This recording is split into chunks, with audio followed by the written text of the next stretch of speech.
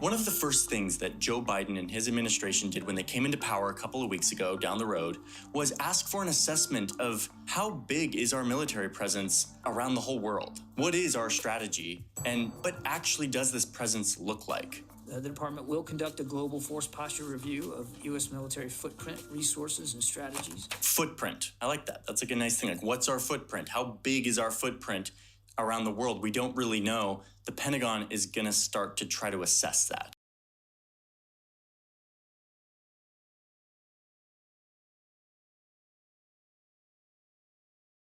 There are a couple major clusters here where the most bases exist. One major one is Germany, and the others are Japan and South Korea. These are basically holdovers from World War II and the subsequent Korean War, when the US, who won the war, came in and occupied these countries in order to set up a new government, write a new constitution, and to help the post-war transfer to a new government. But what's most interesting to me aren't these clusters that came about because of World War II, but instead the far-flung, sort of unexpected or little-known places that the US military has a little footprint. Like all the dots in Africa, which have popped up in recent years as the US has expanded its presence there. These are usually small installations that hold maybe a few soldiers or mainly private citizens who are government contractors.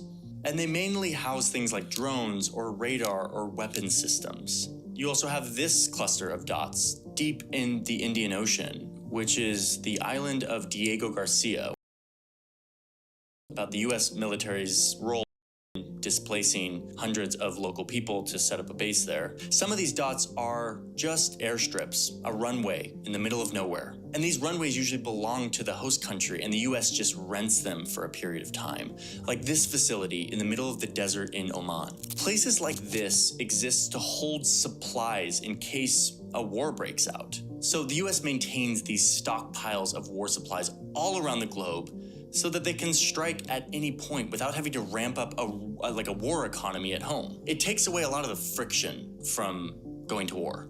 They've made it easier for the US military to launch offensive wars. The wars in Iraq and Afghanistan were easier to launch because the US has maintained a huge infrastructure of bases. Some of these dots don't represent a place where US soldiers are actually stationed, but instead it represents where money from the Pentagon has gone to influence or build up infrastructure.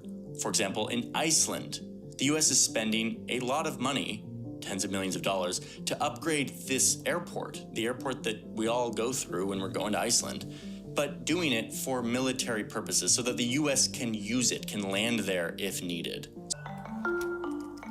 Over here in the Azores, these islands that are owned by Portugal, nearly 2,000 kilometers away from any landmass, there is a group of US military installations mainly used for refueling and weapon storage. Head up here to Greenland and you'll see a little base way up high, the most northern base in the world where 140 Americans live. Way out here in the Pacific, you've got loads of remote military bases owned by the United States. They're mainly small airstrips, like this base on the southern tip of this huge atoll of the Marshall Islands. All right, listen, I'm not going to explain every single base. There are 750, maybe 800. There's a bunch of bases. I just wanted to give you a flavor of what some of these look like.